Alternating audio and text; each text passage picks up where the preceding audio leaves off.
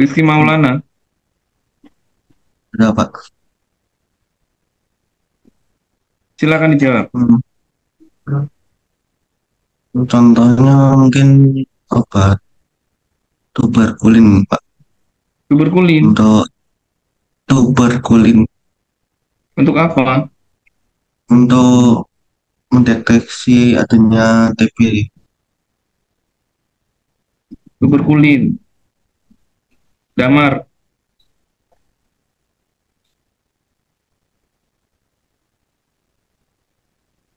Hadir, Pak. ya,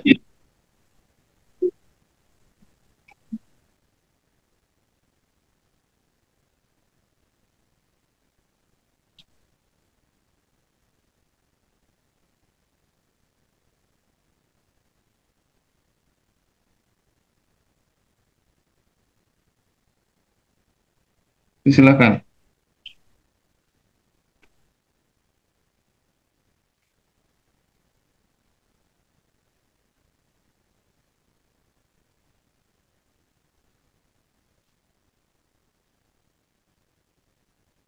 Obat yang digunakan untuk menegakkan diagnosis, Pak.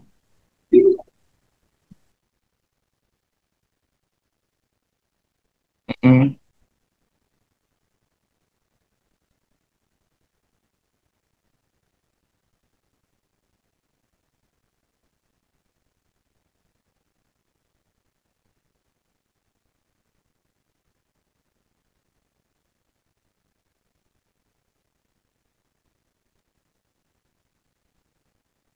Merupakan obat pembantu untuk melakukan diagnosis atau seperti pengenalan penyakit untuk misalnya untuk mengenal penyakit pada saluran lambung atau usus itu digunakan barium sulfat, dan kalau misal untuk saluran empedu digunakan natrium propanoat dan asam iod organik lainnya.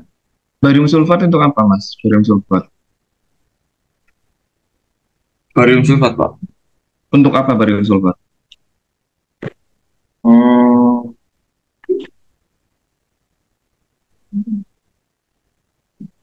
Barium sulfat itu untuk apa?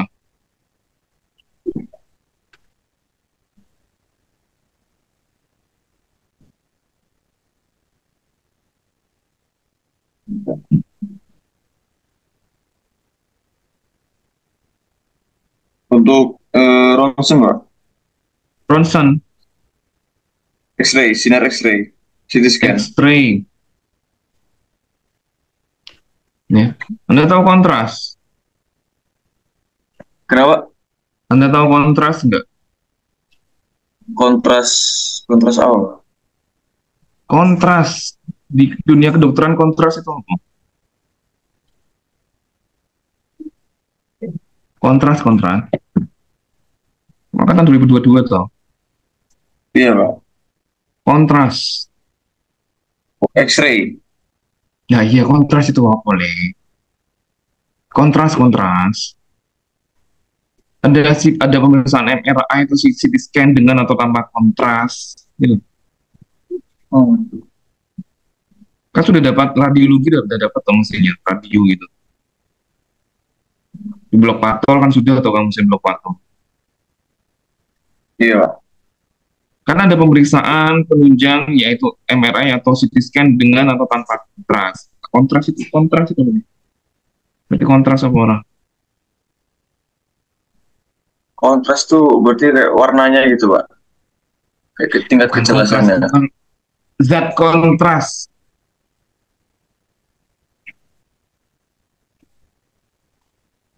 Bukan kontras di foto. Oh, ini kontras yang dikurangi ditambahi orang.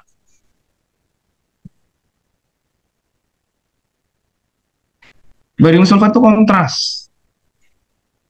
ya, yang akan mempertegas kalau Anda melakukan pemeriksaan dengan X-ray, apa X-ray apa namanya, CT scan ya, CT scan atau MRI tadi. Ya. Kontrasnya adalah salah satunya adalah barium sulfat. Jadi barium sulfat itu obat yang digunakan untuk membantu penetapan atau penegakan diagnosis. Kalau obat yang bisa dilakukan untuk pencegahan apa saja? Apa yang untuk pencegahan? Ika Adelia. Nggih, Pak. Obat yang digunakan untuk pencegahan. Kak Adelia, obat apa? Obat yang digunakan untuk pencegahan. Kalau untuk penetapan diagnosis, contohnya tuberkulin untuk TB ya. Kemudian barium sulfat kontras ya untuk CT scan ya. Bisa dengan kontras. Nah, untuk pencegahan, obat yang digunakan oleh manusia sebagai pencegahan, contohnya Seperti antihistamin, Pak, untuk pencegahan reaksi alergi. Oke. Muhammad Singgi.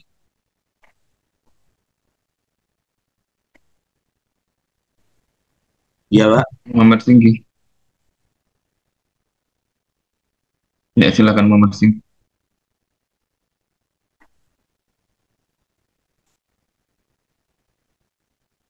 Muhammad Singgi. Ada orang. Anti malaria, Pak, untuk obatnya profilaksis itu. Oke, malaria kalau profilaksis, kalau Anda bepergian ke daerah-daerah yang endemik malaria. Salosa. Moh siapa itu? Salosa M. Oke, Pak. Sebagai nanti malaria.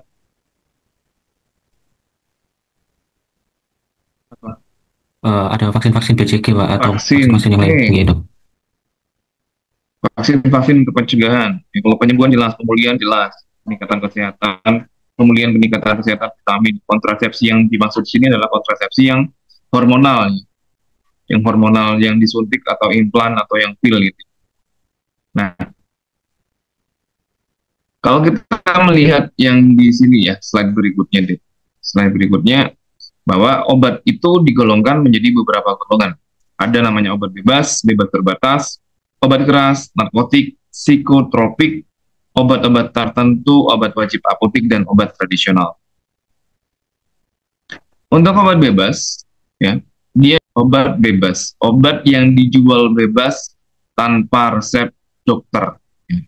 Obat yang dijual bebas atau bisa dibeli tanpa resep dokter, namanya bebas.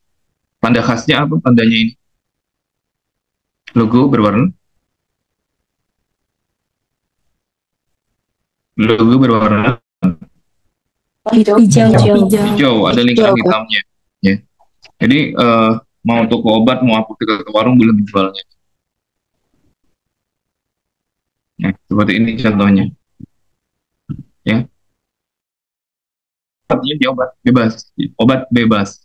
Kemudian ada yang namanya obat bebas terbatas. Ya, ada yang namanya obat bebas terbatas. Dia adalah obat keras yang masih boleh dijual atau dapat dijual dan dibeli tanpa resep dokter. Namun pada kemasannya disertai tanda peringatan. Itu obat bebas terbatas. Logonya berwarna biru, ya, biru seperti ini. Nah, ada istilah kalau Anda sering dengar nanti, ya, OTC, obat saya maunya obat OTC, over the counter. Over the counter itu adalah obat bebas dan obat bebas terbatas. Itu obat OTC namanya, ya.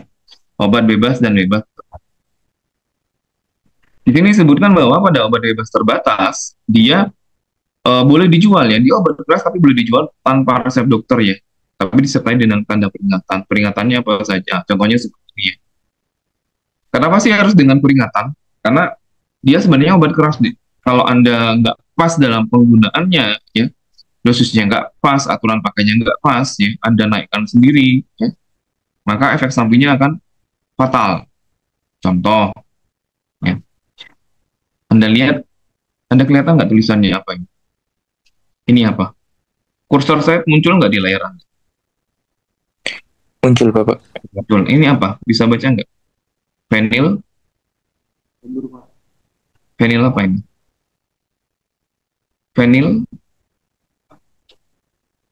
Fenilpropanolatin. Propanolamin. Fenil propanolamin. Ya. Fenil propanolamin HCl. Hidroklorid. Obat apa ada yang tahu? Fenil propanolaminnya itu obat apa? Atau digunakan untuk apa? Atau indikasinya apa? Dia masuk dekongestan. Tahu dekongestan? Anda pernah pilek? Keluar lendir dari hidung pernah? Pernah, Pak. Nah, dekongestan ini yang akan membantu vasokonstriksi ya di pembuluh darah di hidung sehingga lendirnya nggak keluar lagi. Ya. Dia golongan agonis alfa 1. Ya, golongan obat agonis alfa 1. Agonis alfa 1.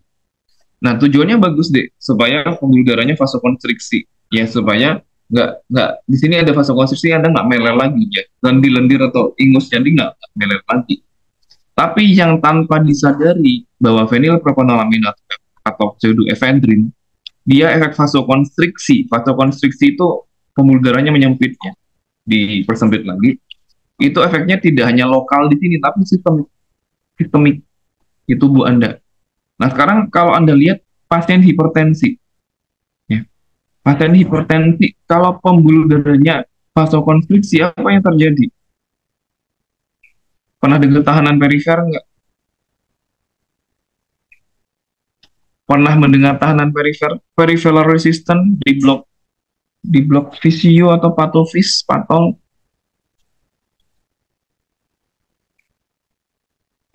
Tahanan perifer pada pembuluh darahnya naik. Ketika tahanan perifer di pembuluh darahnya naik, maka tekanan darahnya akan naik. Kalau contoh Anda kita nyiram bunga pakai selang gitu. Selangnya Anda pencet, airnya nyembur nggak? Enggak. Nah, ya semakin semakin kecil diameter, semakin Anda tekan selangnya. Istilahnya berarti selangnya vasokonstriksi dong, istilahnya tadi. Maka tahanan perifernya akan naik sehingga tekanan airnya akan naik.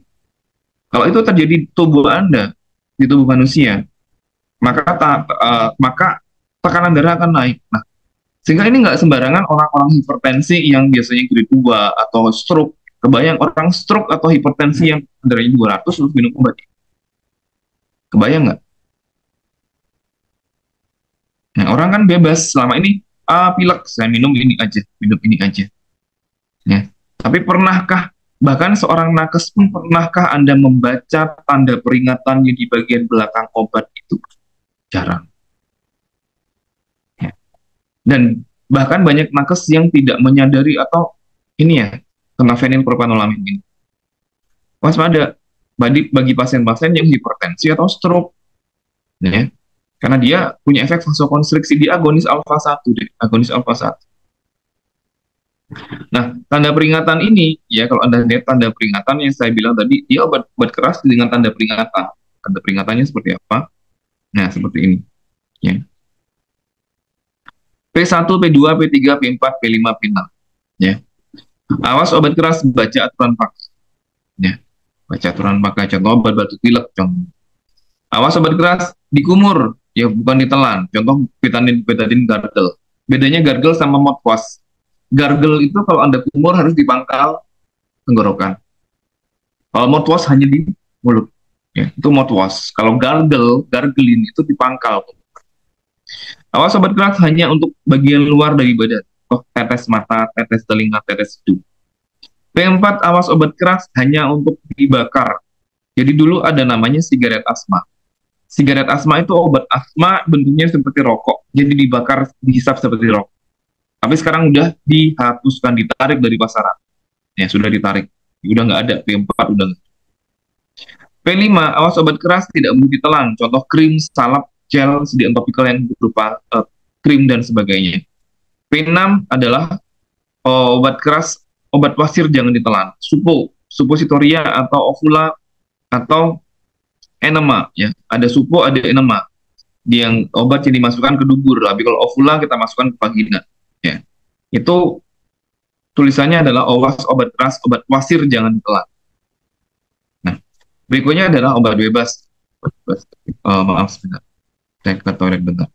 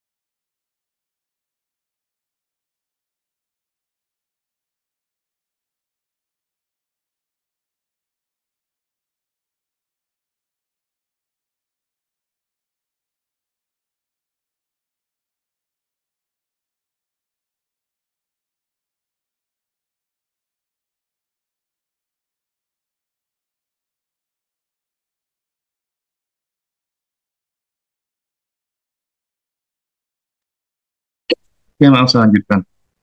Untuk obat keras ya, obat keras disebut dengan obat G, daftar G, Givarlich ya, obat daftar berbahaya. Ya. Kenapa disebut obat keras? Karena berkhasiat keras. Efek sampingnya tuh nggak main-main ya. Kalau Anda salah dalam dosisnya, takaran obatnya, takarannya, kemudian frekuensinya, ya, itu fatal ya.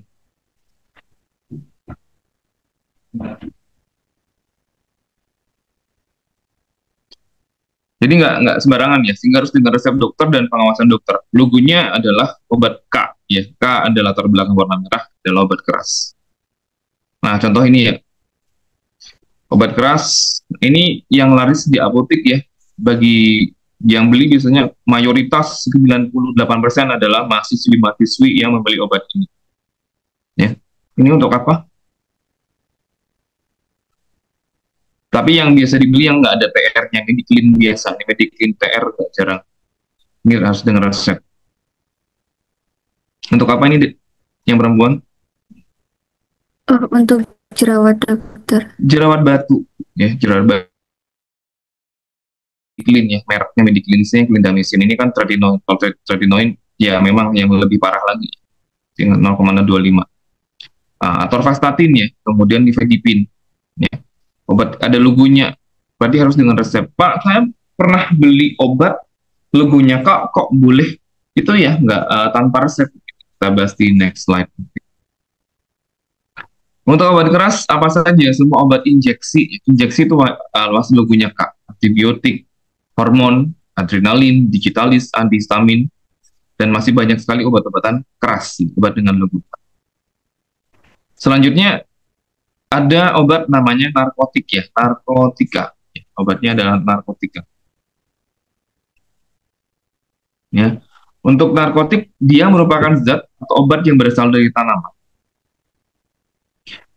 Baik sintesis ataupun semisintesis. Sintesis itu dibuat oleh manusia ya, dengan reaksi kimia.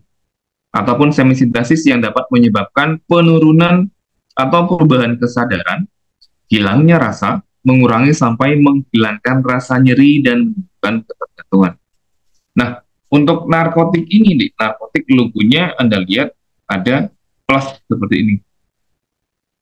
Dan ini biasanya digunakan untuk penata laksana nyeri yang nyeri sangat hebat, nyeri hebat. Kalau kita bicara penata laksana nyeri, kita salah satu acuan yang digunakan adalah acuan dari WHO. Ada 4-step ladder WHO, 4 tangga penata laksana nyeri WHO.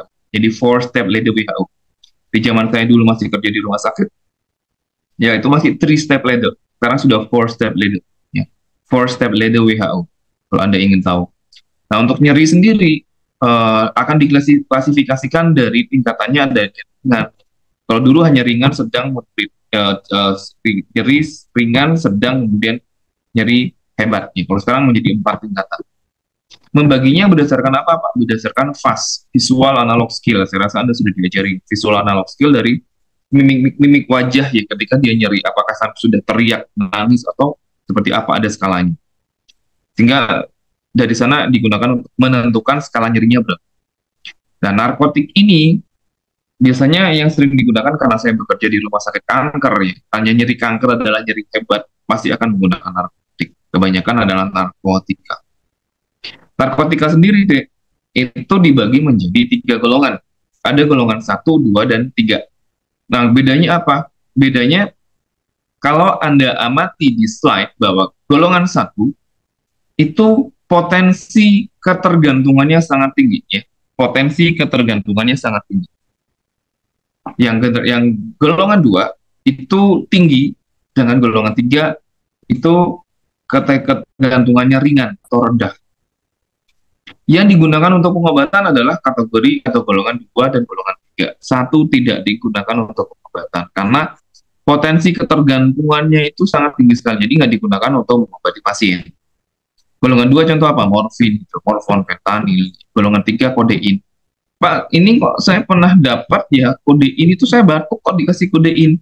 Iya, karena kodein juga punya efek sebagai antitusif, penekan batuk kering. Kalau kita bicara obat, bukan seringkali ya pada beberapa obat, ada satu obat dia memiliki banyak fungsi, ya. Jadi kalau kita lihat kodein dia narkotik, berarti dia untuk meredakan nyeri, Pak. Ya. Tapi kodein juga punya efek untuk antitusif, menekan refleks batuk di sistem saraf pusat. Ya.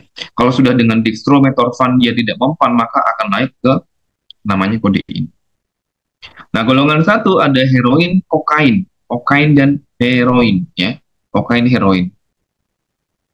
Ini tidak digunakan untuk pengobatan karena potensinya tadi ketergantungan ini sangat.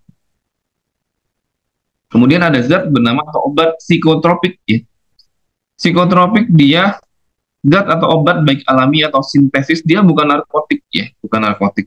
Dia memiliki khasiat psikoaktif pada SSP, sistem saraf pusat, yang menyebabkan perubahan khas pada aktivitas mental dan perilaku, ya.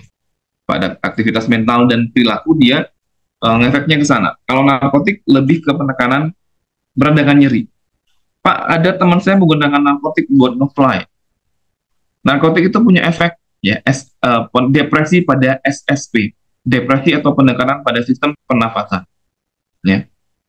Jadi kalau dia overdose, maka dia akan sesak, karena ada sistem depresi atau penekanan pada sistem pernafasan. Antidotumnya adalah naloxon. Naloxon itu adalah antidotum atau penawar racunnya. Untuk psikotropik dia lebih ke khasiat psikoaktif, ya. Khasiat psikoaktif mempengaruhi selektif pada SSP sehingga mental dan perilaku seseorang akan terpengaruh. Nah, untuk psikotropik ada 4 golongan. Ini maaf belum saya perbaiki, ya. Untuk yang digunakan untuk pengobatan adalah golongan 3 dan 4, ya. 1, 2 tidak. Ini kan saya tulis 2 gunakan untuk terapi.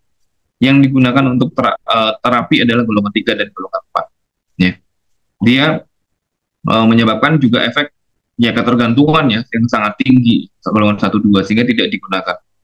Golongan 4 pun ketika disalahgunakan dengan dosis yang berlebih juga akan menimbulkan efek ketergantungan. Ya. Kemudian ada juga namanya obat-obat tertentu, OOT.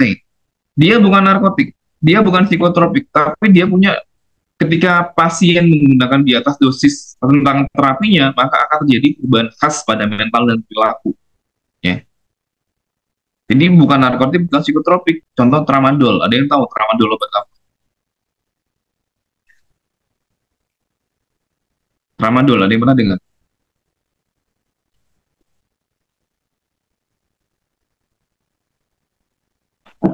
Tramadol itu obat pereda nyeri, ya. Dia buat saya obat yang nggak jelas. Kenapa? Dulu tahun 2009, 2010 ke bawah dia masuk narkotik. Ya, 2010-11 dia dikeluarkan dari undang-undang golongan narkotik. 2012 sampai 13 dimasukkan lagi ke narkotik. Kemudian dikeluarkan lagi dari narkotik. Kenapa, Pak? Karena dia punya efek ketika disalahgunakan bikin fly, ya, untuk penyalahgunaan. Saya ketika juga masih bekerja di klinik, ya, di sebuah klinik di Malang, pakai saji, ya, pakai saji. Tahu daerah pakai saji kan, ya? Nah, ada resep palsu. Jadi resep palsu itu sering masuk ke apotek. Resep palsu, kopnya adalah kop resepnya RFA, dokter spesialis jantung, ya, meresepkan tramadol 90 kapsul. Tidak masuk akal, ya. Dari jumlah tidak masuk akal. Yang kedua yang nggak masuk akal apa? Saya tanya, Bapak kenapa beli di sini? Iya, kata pihak RSSA-nya yang jual cuma di sini. Ya, RSSA ke Pakisaji itu jauh, 1 jam mungkin, ya. Emang apotek lain nggak ada yang jual? Ada, pastinya, ya. Tapi nggak pernah dikasih karena dia harus dengan resep. Tapi ini resep palsu. Saya bilang nggak ada. Dia marah-marah. Silakan mau marah-marah. Ya. Kalau kita bilang mesinnya kosong. Kalau bilang nggak boleh, dia pasti akan semakin marah. Kalau kita bilang kosong. Karena dia disalahgunakan untuk fly. Tidak semua orang itu bisa tahan dengan tramadol. Kita tahu bahwa obat punya efek samping atau side effect. Kalau side effect, kembali lagi ke respon tubuh masing-masing. Ada yang ketika saya minum obat A muncul efek samping. Kalau misalnya si Destiara minum nggak muncul, si Veza muncul.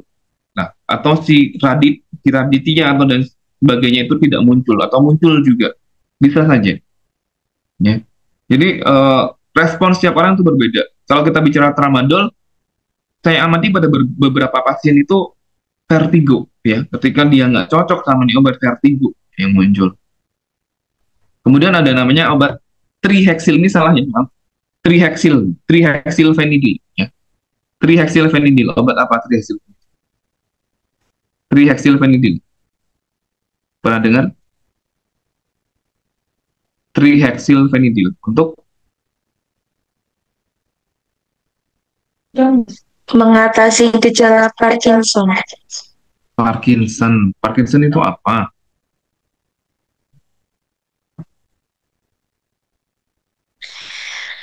Kayak Parkinson. tremor gitu, terus kekakuan otot, serta kelambatan gerak, Pak. Oke. Untuk Parkinson ya, tapi biasanya juga digunakan untuk mengobati EPS, extrapyramidal symptom atau sindrom. Kalau kita tahu namanya obat anti-emesis metoclopramid, ya, dia punya efek samping yang ditakuti oleh orang-orang, yaitu EPS. Jadi tiba-tiba dia tremor itu tremor ya, bahkan kan kepalanya tidak gerak sendiri ya, tremor. Ya.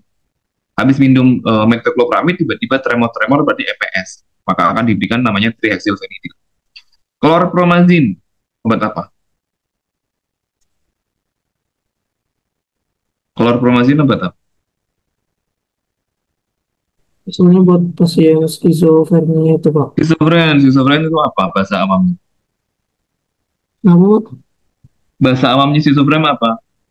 kayak obat gangguan jiwa gitu Pak. Gangguan jiwa atau gila. Schizophrenia itu gila. Amitriptilin, dia antidepresan. Antidepresan golongan antidepresan trisiklik antidepresan. Amitriptilin itu antidepresan, tapi seperti saya bilang tadi, satu obat itu punya banyak indikasi. Amitriptilin bisa saja digunakan sebagai adjuvan sebagai pereda nyeri neuropati, ya. Adjuvan untuk analgesik atau pereda nyeri neuropati perifer.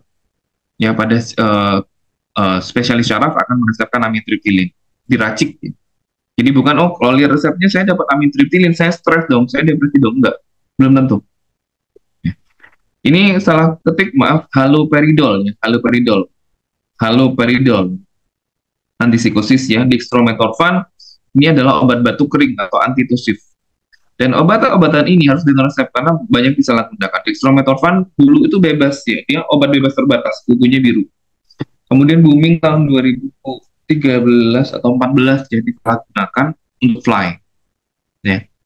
Jadi sekarang kalau beli komik ya masih obat bebas terbatas, oke. Tapi kalau beli satu box udah nggak boleh ya. Komik atau apapun akan ditanya juga, ya, disalahgunakan.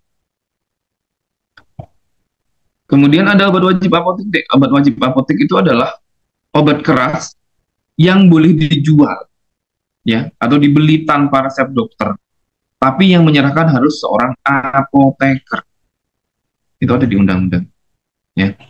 Di mana obat wajib apotek ini ada beberapa di listnya, ya, ada di daftar OWA, obat wajib apotek 1, 2, dan 3, ada di Kemenkes, bisa Anda baca. Namun jumlahnya terbatas, contoh salbutamol, asamefenamat. Misalnya salbutamol buat asma, Ventolin, tiba-tiba dia sesak nafas dan dia pakai Ventolin, dia beli, dia obat keras, ya, dia udah pernah menggunakan sebelumnya, it's okay, kita berikan, kita punya wewenang untuk memberikan obat keras tanpa resep, yaitu obat-obat yang masuk dalam OWA, obat wajib apotek. Pada nyeri contoh asamefenamat atau obat alergi, mepidrolin atau dan sebagainya, bisa dibaca nanti listnya. Nah, ada juga obat ini ya, sebelum kita lihat nanti obat tradisional. Nah, untuk di sini sebelum ke obat tradisional, di obat-obat sintesis ya, kita lihat ada informasi yang perlu Anda ketahui tentang ya obat-obatan ini. Yang pertama adalah indikasi.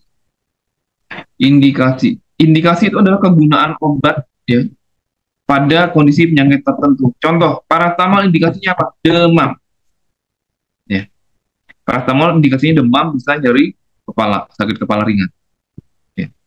Kemudian contoh, amoksisilin indikasinya apa? Infeksi et causa bakteri. Ya. Methadone indikasinya apa? Alergi. Ya. Indikasi. Ini maaf ya, ini kata-kata ini salah, Jepang. Bukan meredakan, namanya indikasi itu bukan meredak. Indikasi itu kondisinya, ya, kondisi penyakitnya. Untuk kondisi apa? Ini maaf ya, belum saya perbaiki. Indikasi paracetamol untuk demam, sakit kepala. Indikasi ondansetron berarti mual dan muntah. Mual dan muntah. Dosis ya. Kalau kita bicara dosis, dia merupakan jumlahnya atau takaran obat yang digunakan pada seseorang. Takarannya berapa sih? Ada dosis minimum, dosis maksimum. Kalau perhitungan nanti ada di pertemuan berapa ya kita bahas perhitungan. Dosis maksimum, ada dosis maksimum sehari, ada sekali. Sekali minumnya itu berapa? Seharinya itu berapa? Kayak paracetamol. Pernah minum paracetamol? Pernah, Pak. Pernah, Pak? Anda berani nggak minum paracetamol langsung 2? Ada yang berani nggak? Kalau Tidak, Pak. paracetamol Pernah, kan Pak. pernah, Pak. Nggak berani. Soalnya dosisnya kan 500 mg. Soalnya dosis Ya. minimumnya 500 sampai 1000. Kalau dosis maksimum tuh seharinya 4000 mg atau 4 gram. Oke. Maksimum sehari itu 4000 mg, 8 tablet. Ya. Maksimum sekali 1 gram buat dewasa. Jadi 1 tablet 500. Anda minum 2, nyeri kepala hebat, minum 2, it's okay, nggak masalah. Ya. Karena memang masih ada batasnya, range-nya. Kemudian ada dosis toksik. Dosis toksik jelas dosis yang di luar atau di atas dosis maksimum dan menimbulkan efek toksiknya. Nah, dosis minimum dari definisi dia dosis terendah yang bisa memberikan khasiat, tapi dosis terendah tapi masih bisa memberikan khasiat atau efek farmakologi. Dosis maksimum dosis tertinggi ya memberikan efek farmakologi atau khasiat tapi tidak menimbulkan efek toksik. Dosis toksik ya jelas dosis yang melebihi dosis maksimum dan menimbulkan efek toksik. Potong dan menimbulkan efek toksik. Efek toksik beda dengan efek samping, itu berbeda. Ya. Efek samping itu berbeda dengan efek toksik. Ya. Contoh lainnya, ya. Dosis, seringkali deh, ya, obat yang sama, ya, satu obat contohnya ibuprofen. Dia punya beberapa indikasi. Kadangkala untuk indikasi satu dan indikasi lainnya dosisnya sama, tapi kadangkala berbeda. Ada yang berbeda, beda indikasi, beda dosis. Ada yang beda indikasi, sama dosisnya. Contoh ibuprofen sebagai untuk nyeri dan demam dosisnya sekian. Ini dosis per dosis, berarti dosis maksimum sekali pakainya. Ini dosis maksimum sehari. Ini sekali, ya, ini sehari. Contoh paracetamol itu pada anak di atas 12 tahun dan dewasa dengan berat badan di atas 50 kilo, maka dosis sekalinya, ya. Berarti dosis minimumnya 500 boleh sebenarnya. Ini 650. Bisa ditambahkan 500 sampai 650. Atau sampai 1000, ya. Jadi batas maksimum, dosis maksimum sekali pakai paracetamol adalah 1000 mg. Maksimum seharinya adalah 4 gram. Nah, seperti ini sama aja, saya skip. Nah, beda indikasi dosis beberapa akan beda. Contoh, ibuprofen untuk nyeri dan demam dosisnya lebih rendah. Tapi untuk inflamasi dosisnya lebih tinggi. Obatnya sama. Ya, obatnya sama tapi beda indikasi, beda tujuan atau beda kondisi, maka dosisnya akan berbeda. Bisa berbeda, bisa sama, tergantung obatnya. Contoh metoclopramid. Ya. Anda butuh untuk indikasi apa? GERD, ya, chemotherapy induced nausea sama vomiting, ya, atau induced emesis prophylaxis, atau postoperative nausea vomiting prophylaxis. Maka dosisnya akan berbeda. Selanjutnya adalah kontraindikasi.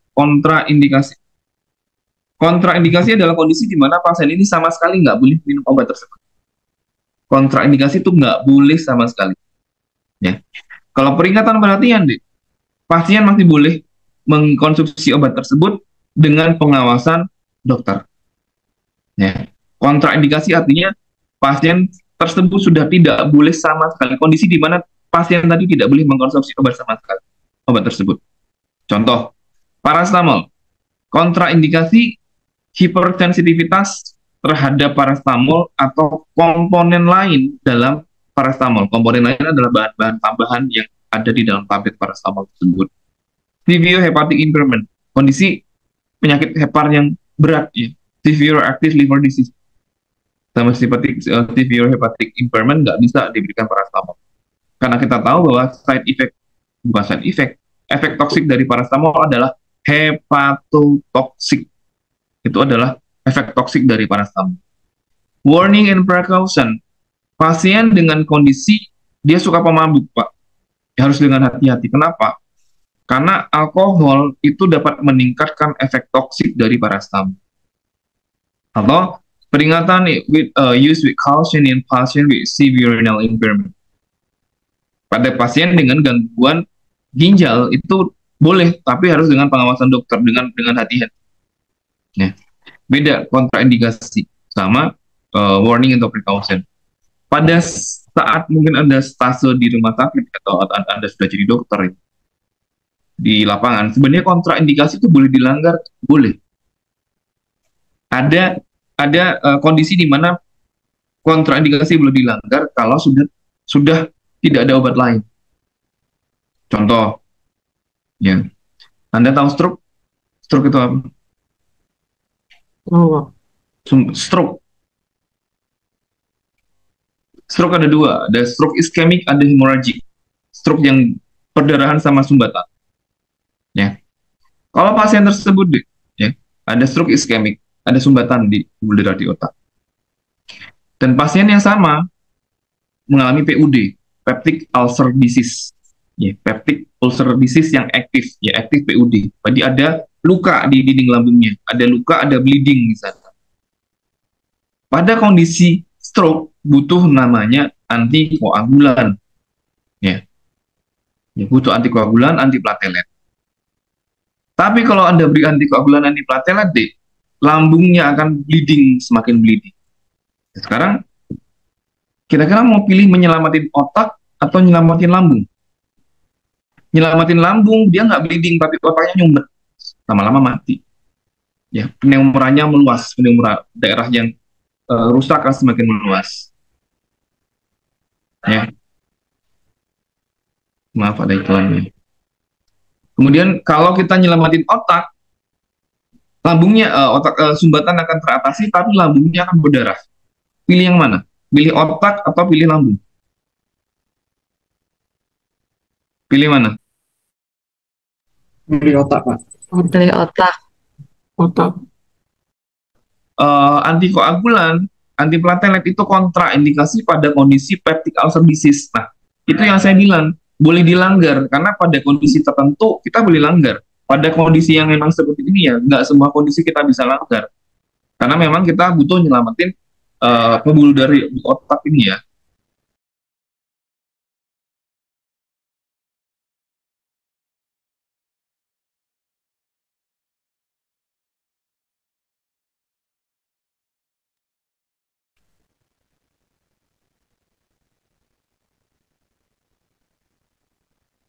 Oke, saya lanjutkan. Kemudian side effect, ya, efek samping. Ya.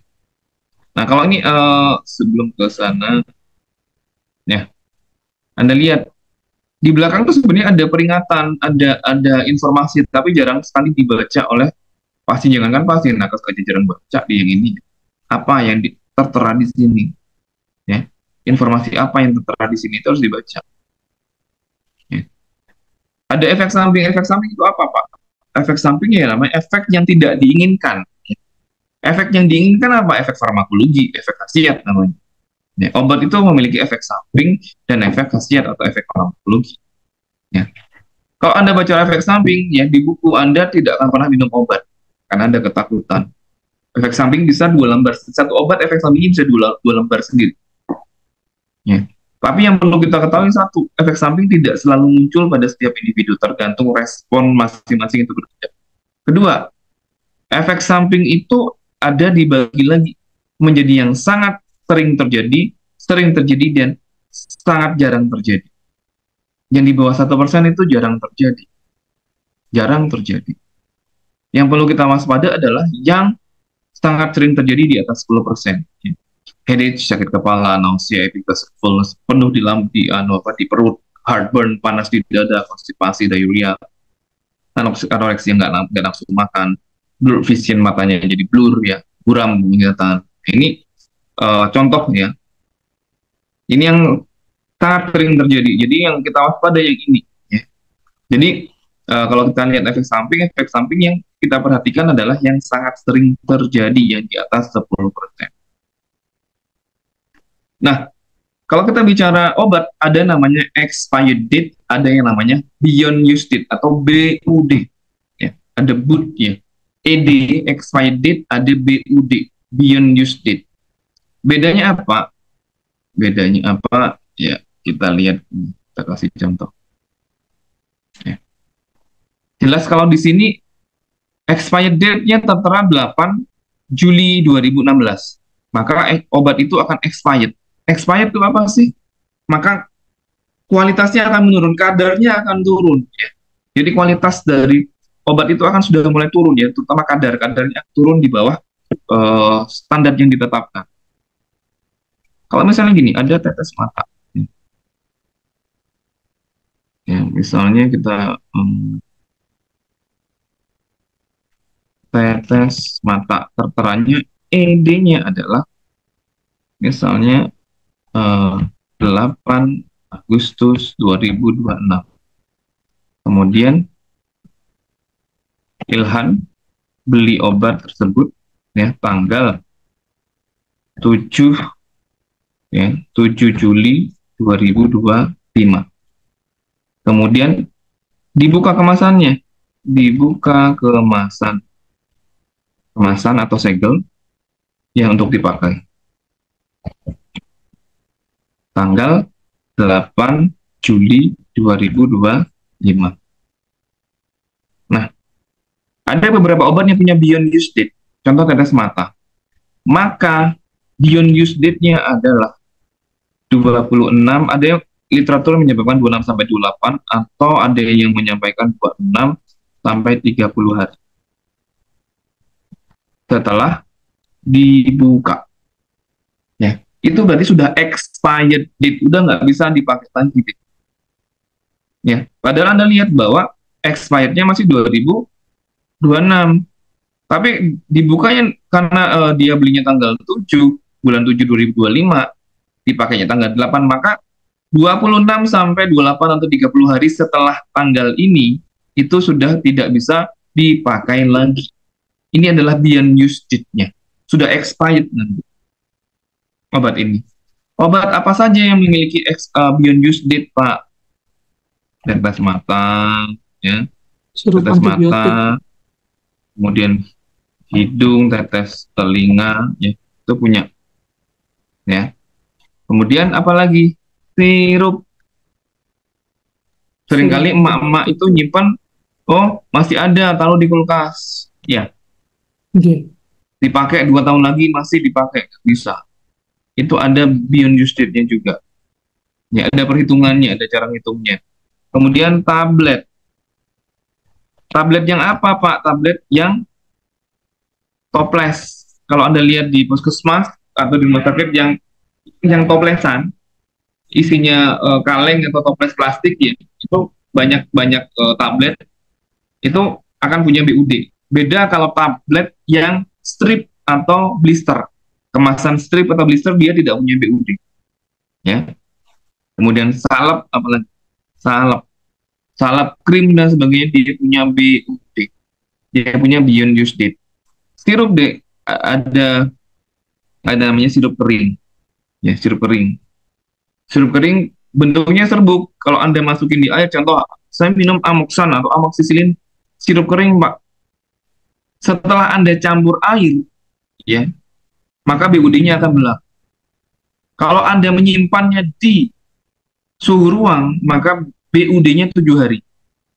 Ya, beyond usage-nya 7 hari. Tapi kalau menyimpannya di kulkas itu di bawah, bukan di freezer. Itu 14 hari untuk sirup kering setelah dicampur air atau namanya rekonstitusi. Ya, itu sirup kering. Ya, sirup kering. Jadi bedakan ada yang namanya beyond use date, ada expired date. Ya. Untuk tetes mata, ya, tetes mata ini berlaku yang botol ya, ini berlaku yang botol. Ini yang botol. Kalau yang kemasan kecil, yang mini ya, ada yang mini itu beyond use date-nya 3 hari. Ya, untuk yang mini. Ya, untuk yang mini itu 3 hari. Ada yang kecil kan, tetes mata yang kecil itu. Ya, itu beyond use date-nya 3 hari. Ya. Jadi setiap obat beda-beda. Obat injeksi juga, injeksi ada punya beyond use date juga.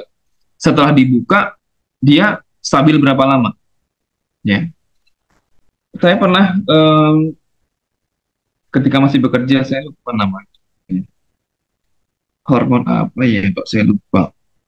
Dia secara intramuskular dan beyond use date-nya itu 5 menit setelah dicampur dengan pelarut. Saya kalau lupa mereknya. Harganya 15 juta. Ya. Satu vial itu harganya 15 juta. Jadi obat ini agak repot ya untuk, saya ingat-ingat kok, saya lupa namanya. Jadi kalau kita masukin pelarutnya, dia berupa serbuk di vial, kemudian kita harus larutin dengan air kan, mau injeksi kan, dengan pelarutnya, water for injection. Untuk obat ini, kalau Anda mencampurnya sampai timbul busa, obat itu rusak. Ya, Sandostatin LAR namanya, Sandostatin LAR dulu harganya 15 juta. Ya, mereknya Sandostatin, dia hormonnya. Kemudian setelah Anda campur dengan pelarut, kalau timbul busa ketika mencampurnya, dia rusak. Sehingga mencampurnya pun ada tekniknya. Kemudian dari Anda mencampur air pelarutnya sudah masuk sampai injeksi ke pasien itu batasnya 5 menit. Di atas 5 menit dia udah rusak, sudah expired. Jadi benar-benar setiap obat itu punya karakteristik yang berbeda ya. Jadi ada yang seperti ini butuh 30 hari, ada yang 15 hari dan sebagainya, tergantung. Oke, saya lanjutkan ke materi berikutnya.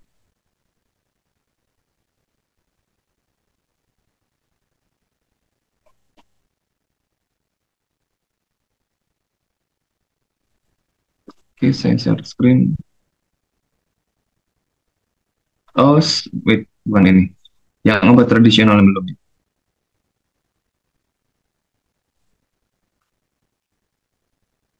Share screen.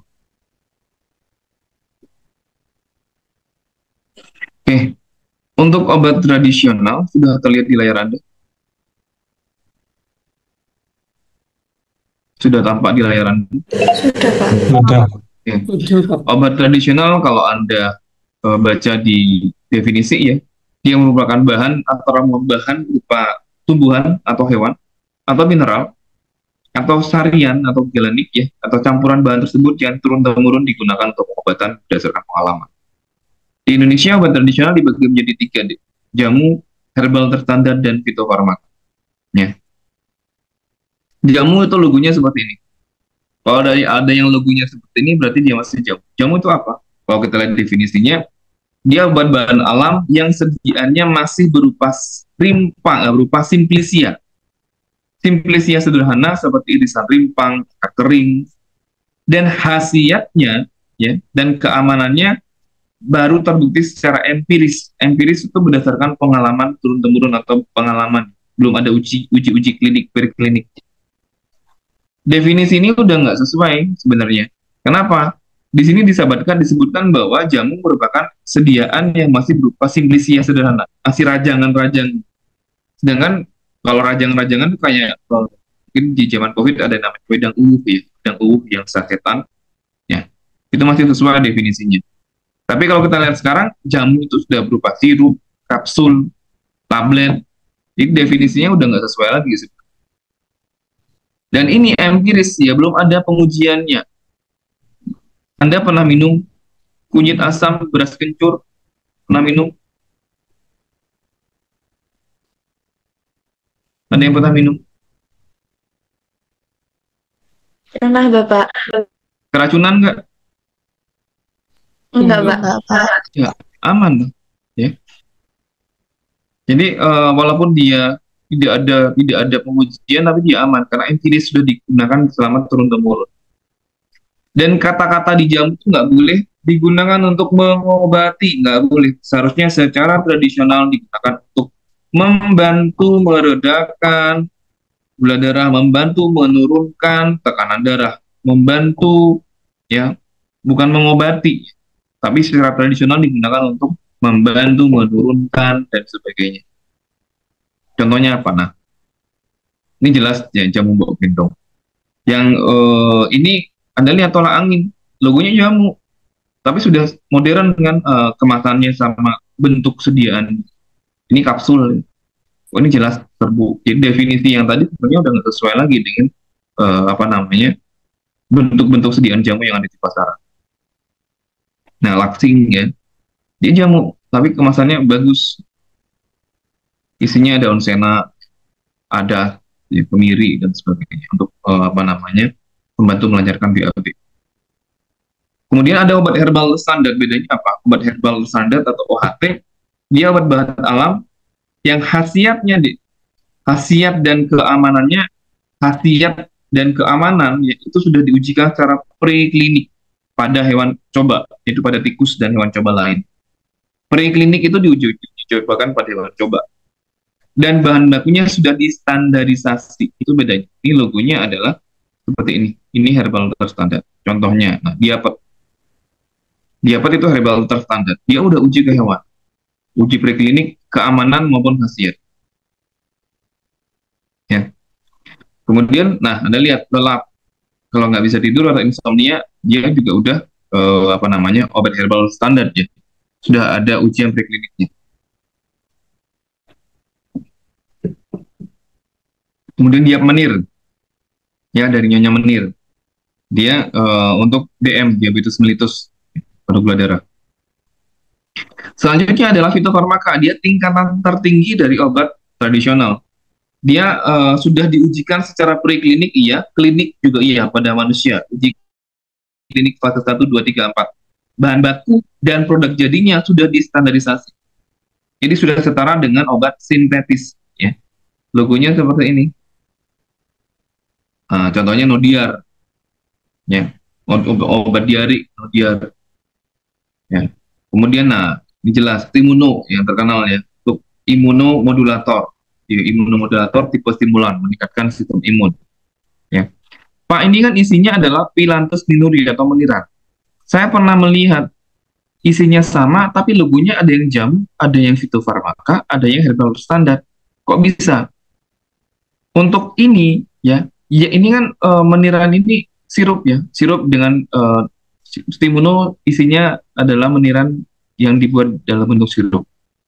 Dia sudah distandarisasi, dia sudah diujikan. Yang diuji sudah kan isinya sirup bukan cuma meniran aja, ada bahan-bahan tambahannya. Jadi yang merek ini sudah diujikan pada hewan coba dan pada manusia. Sudah distandarisasi juga, toksisitasnya iya, keamanannya iya, dan dibuktikan aman. Sedangkan yang merek lain belum, ya.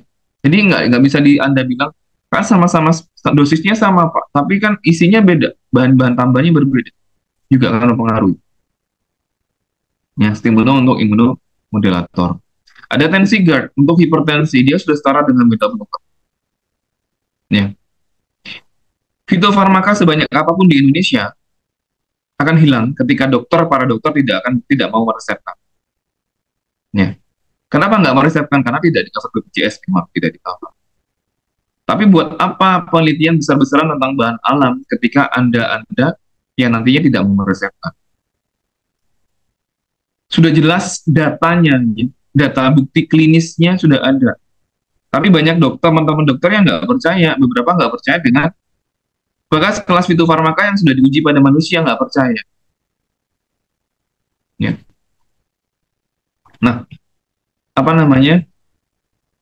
Kadang-kadang teman-teman dokter itu lupa bahwa banyak banyak sekali apa sih namanya? Banyak sekali senyawa kimia itu berasal dari tanaman. Saya contohkan.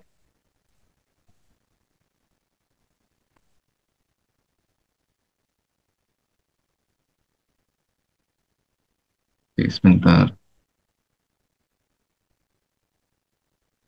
Share screen.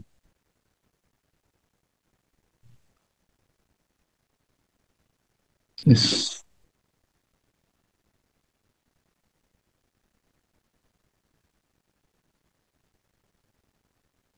Anda pernah pernah tahu bunga ini nggak?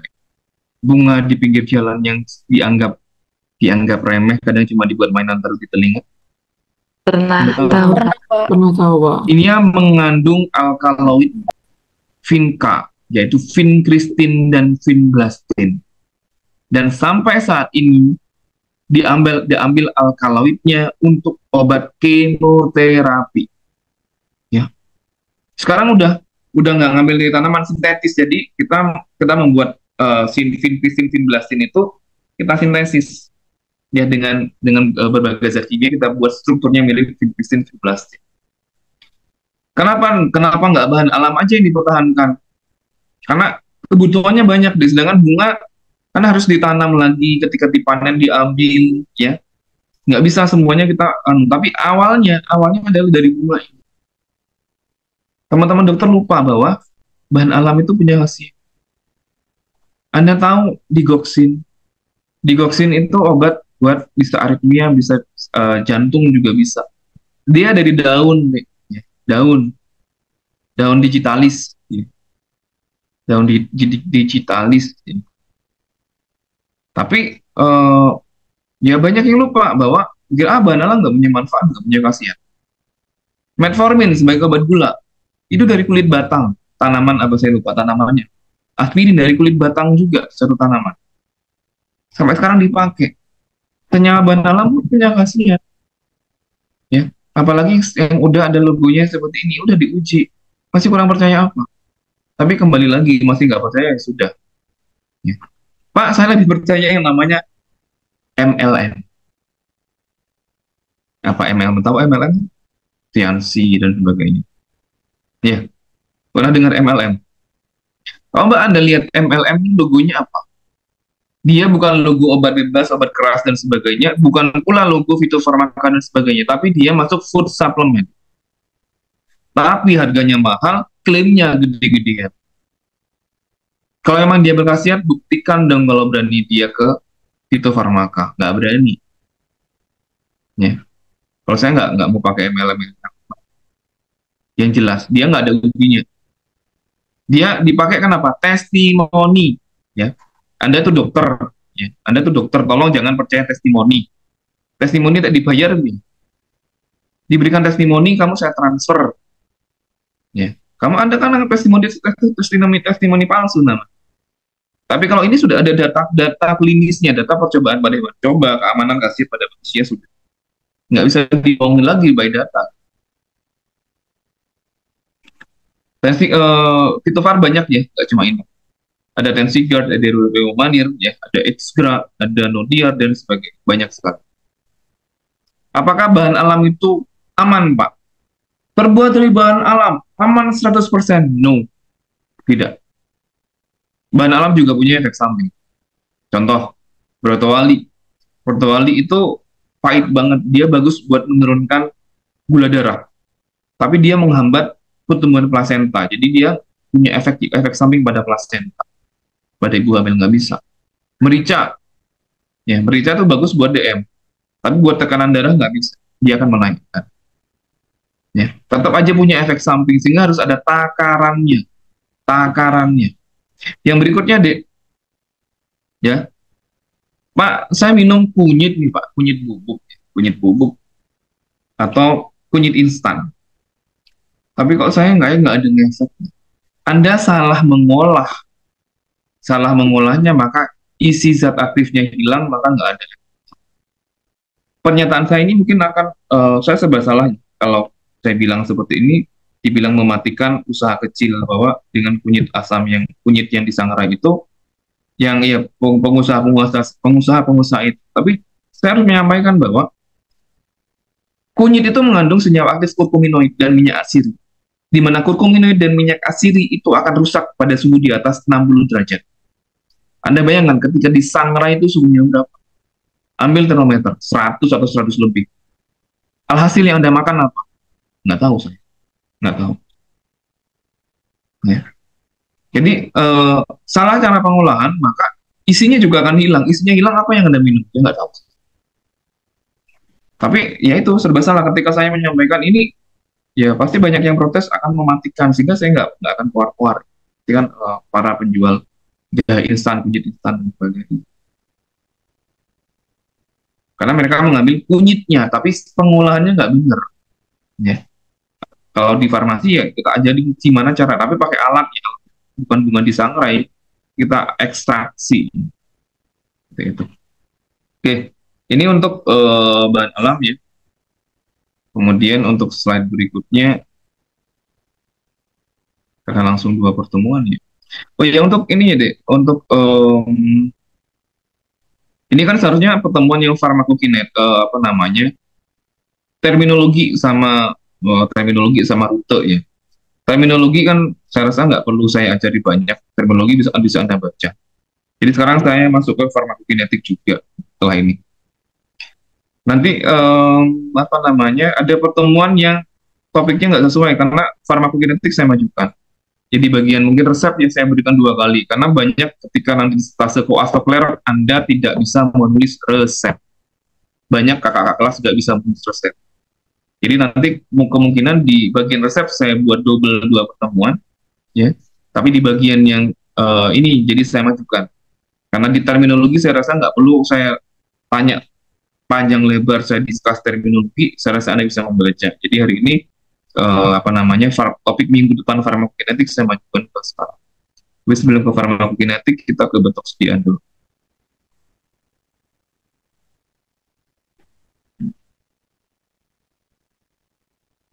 Oke, saya lanjutkan.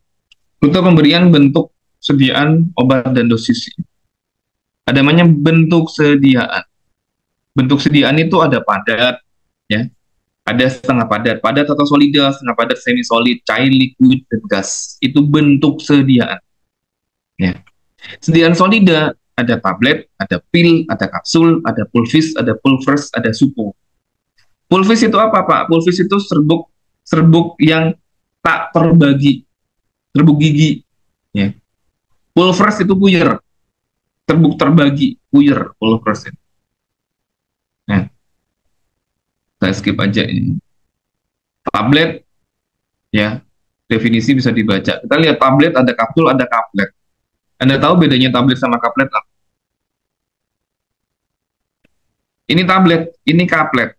Ini pil, ini kapsul. Kaplet itu kapsul tablet. Bentuknya kayak kapsul kan?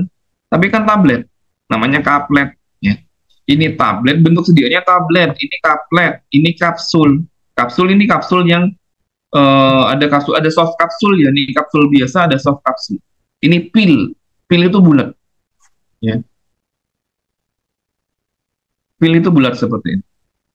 Tablet, kaplet, kalau definisi saya rasa bisa Anda baca ya. Saya nggak perlu menjelaskan secara definisi seperti ini. Ya. Tunjukkan langsung gambarnya. Ini adalah tablet, kaplet, pil sama kapsul. Sediaan semi solida itu apa? Salep, krim, gel, pasta. Bedanya apa, Dik? Yang perempuan pakai krim-kriman nggak? Pakai kosmetik kan, pakai skincare toh? Pakai, Pak. Pakai namanya krim malam, krim siang itu toh? Nah, apa bedanya, Dik? Krim sama salep sama gel sama pasta. Ada yang tahu nggak? Nggak usah browsing. Prior knowledge Anda. Tahu salep? Pernah pakai salep nggak? Salep apapun di kulit Anda. Ada yang pernah pakai salep? Nggak ada yang pernah pakai salep? Pernah Pak salep gatal. Salap gatal. Salap itu konsistensinya dibandingkan krim lebih apa deh? Lebih padat salap atau lebih encer salap dibanding Lebih padat. Lebih padat. padat? Ada tujuannya, ada bedanya. Salap itu kandungan airnya sedikit. Yang paling sedikit itu adalah pasta. Itu kandungan airnya sedikit. Ya. Sehingga pasta sama salap itu butuhnya adalah antioksidan. Di formulanya kita butuh antioksidan supaya nggak tengi. Tapi kalau salap masih ada fase air, ada fase minyak. Fase airnya nggak begitu banyak ya, tergantung formulanya. Krim itu lebih banyak lagi fase airnya. Gel itu lebih banyak lagi. Ada tujuannya. Contoh misalnya Pak, saya ada luka. Saya mau pakai gentamisin salap atau krim ya, Pak. Tergantung tujuanmu. Kalau Anda mau yang dia nempelnya lama, Anda pakai salap. Ya. Tapi kalau Anda mau yang penampilan secara appearance dia nyaman, akseptabilitas nyaman, pakai krim. Ya. Penyerapan bagus. Ada nggak salap malam, salap siang? Nggak ada. Nggak ada. Kebayang nggak kalau Anda pakai salap malam, pakai siang? Ya. Putih-putih Anda. Ya. Ini. Harapnya tampil tapi udah dibadut. Apalagi pasta. Ya. Ada pasta, ada gel, ada krim. Sehingga nggak ada yang namanya pasta siang, pasta malam. Nggak ada. Adanya krim atau gel untuk kosmetik. Untuk obat sama, itu tergantung tujuannya. Pak, saya mau obat jerawat, saya mau pakai krim ditotolon di wajah. Karena Anda pasti yang perempuan pakai kosmetik. Ketika dikasih krim, dikasih di layer dengan bedak dan sebagainya. Itu krim ya, atau gel. Gel akan tergantung basisnya, ada yang lengket, ada yang. Tapi kalau salep, sangat tidak nyaman nanti setelah penambah. Tapi secara efek dia tempelnya lebih lama. Nggak terbilas oleh keringat, ada fase minyaknya lebih lama. Tapi kalau krim, kena keringat, kena gases, sudah hilang. Liquid, ya. Liquid itu ada sirup, ada larutan, ada eliksir, ada suspensi, ada emulsi, ada gargarisme.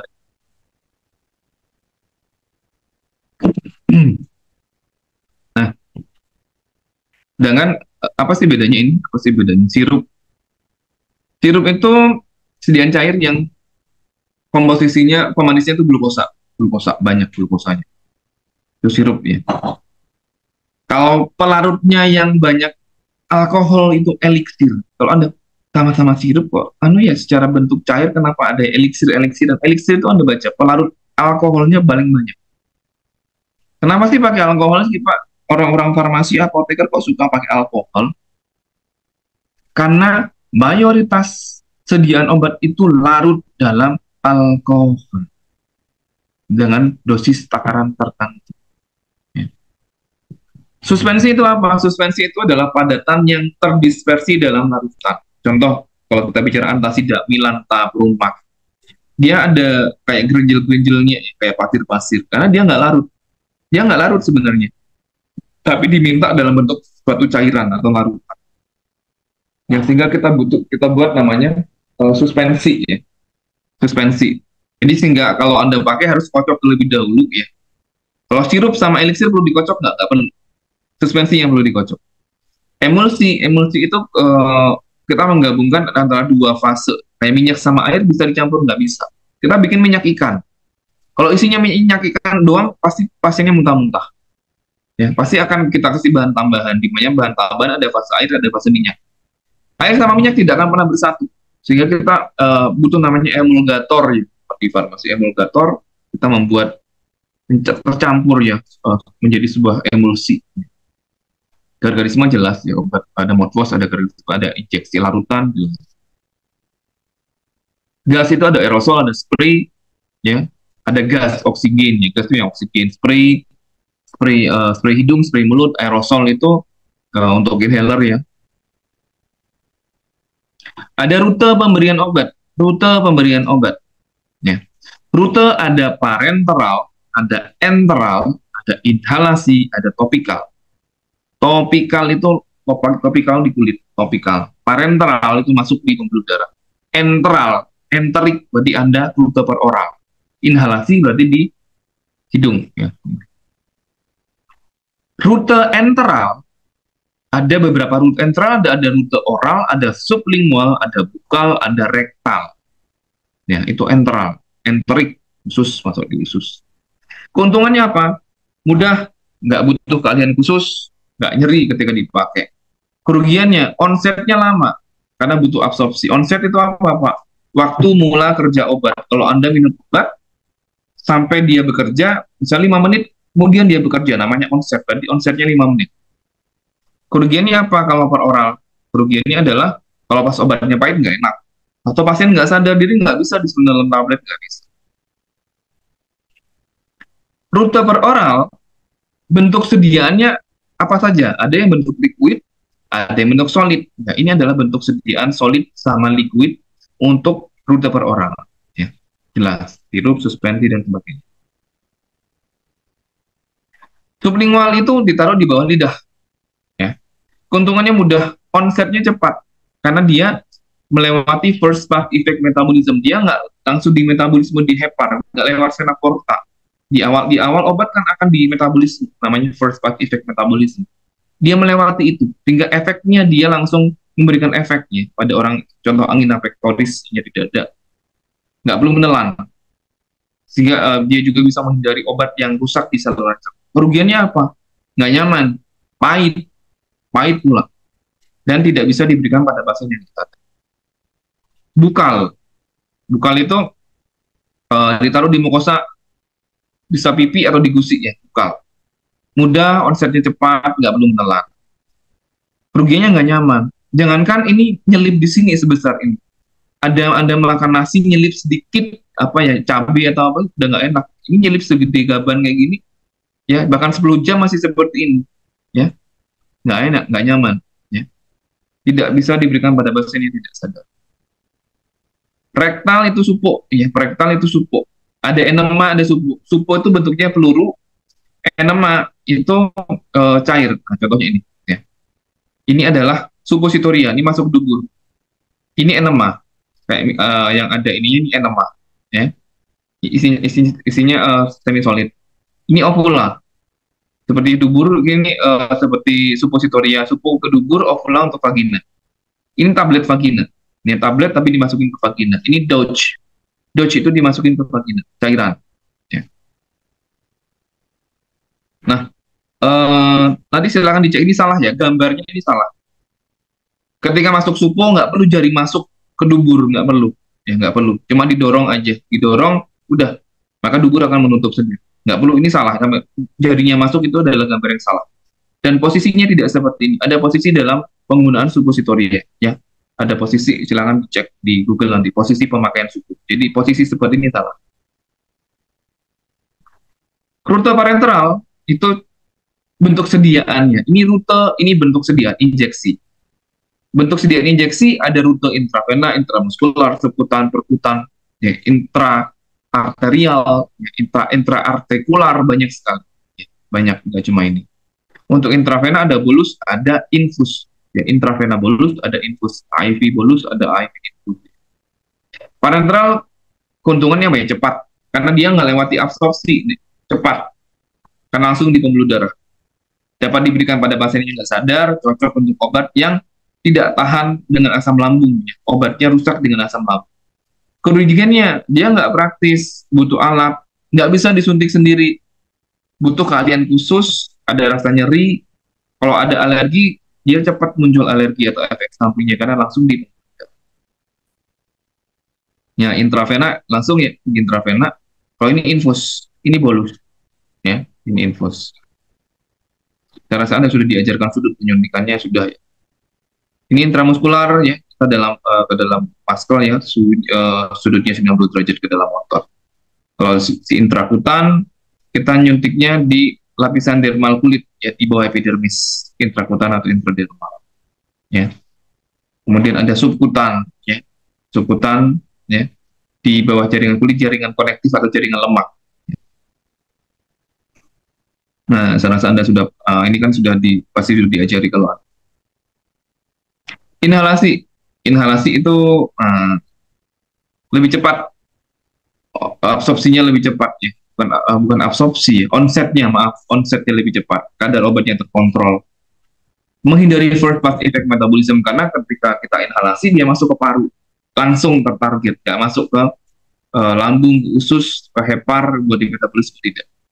Urgennya apa? Butuh alat dan susah dilakukan. Nggak semua orang bisa. Ini kelihatannya gampang, deh. Tapi kalau pakai inhaler, kadang pasien itu mengeluh, saya udah nggak mempan pakai ini. Bukan nggak mempan, tapi salah cara pakainya. Kenapa? Kebanyakan disemprot terus dihisap. Ya, yang tertempel di sini, deh. Yang benar itu ketika nyemprot sambil dihisap. Nyemprot sambil dihisap. Kalau Anda nyemprot kemudian baru dihisap, telat menghisapnya, ya wis, alamat banyak tertinggal di rongga mulut. Kemudian topikal. Topikal itu obatnya langsung bekerja. Topikal ini. Hubungannya mudah digunakan, efek samping minimal. Kerugian, kadang obat penyerapannya tidak tentu. Kadang mudah hilang karena air, dan secara akseptabilitas nggak nyaman. Oh, berminyak dan sebagainya, nggak enak gitu secara penerimaan. Nah, ada efek pemberian obat, efek sistemik, efek lokal. Efek sistemik itu berarti efeknya sistemik di seluruh tubuh. Lokal itu hanya pada satu titik saja. Ya. Bedakan antara rute pemberian, efek pemberian, kekuatan sediaan, dan dosis. Rute pemberian apa? Parenteral, enteral, enteral itu ada oral, ada bukal, dan sebagainya. Ada bentuk sediaan. Bentuk sediaan itu adalah tablet, ya, kemudian ya solida semi solid, ya, solida ada tablet, ada kapsul, di semi solid ada salep, ada krim, ya. Efek pemberian ada sistemik, ada lokal. Kekuatan sediaan sama dosis itu beda, tapi seringkali kalau Anda di rumah sakit, saya menyayangkan banyak nakes yang menyamakan antara kekuatan sediaan sama dosis, itu berbeda. Contohnya apa? Paracetamol 500 mg. 500 mg itu adalah kekuatan sediaan. Paracetamol sirup 100 mg per 5 mili. 100 mg per 5 mili itu adalah kekuatan sediaan. Dosis itu ada lengkap. Dosis itu paracetamol 500 mg 3 kali sehari. Itu dosis. Ya. Kalau 500 mg itu adalah kekuatan sediaan. Paracetamol sirup 100 mg per 5 mili diberikan kepada pasien 5 mili 3 kali sehari. Itu dosis. Efek tadi ada efek lokal, ada efek sistemik. Efek lokal rutenya apa saja?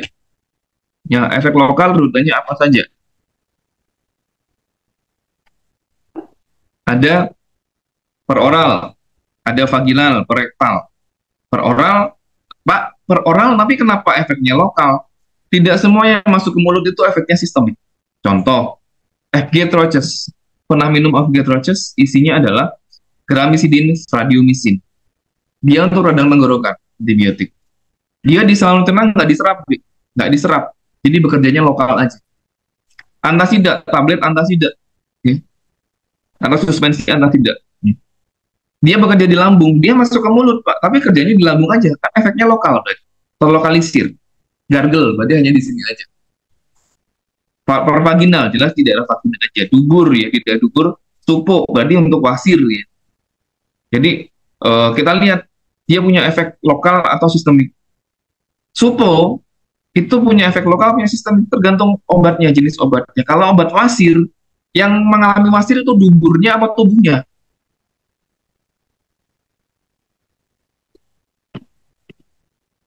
Yang wasir itu yang ambeien duburnya atau tubuhnya? Duburnya, efeknya lokal di dubur. Tapi ada sediaan supo untuk anti kejang, untuk diazepam, supo.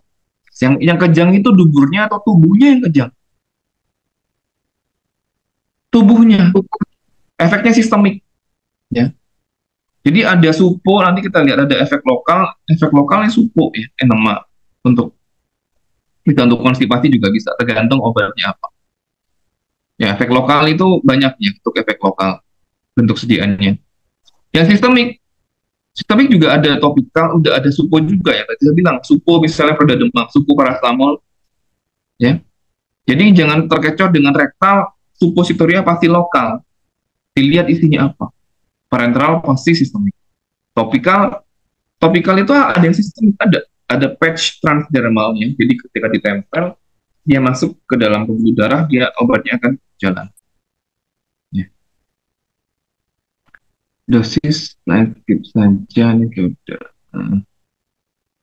Dosis itu bukan sekarang, ini bukan. Oke, saya skip. Di dosis ada sendiri ya, sebentar. Dosis itu, sebentar saya cek dulu. Ingat saya dosis itu ada pertemuan sendiri. Enggak,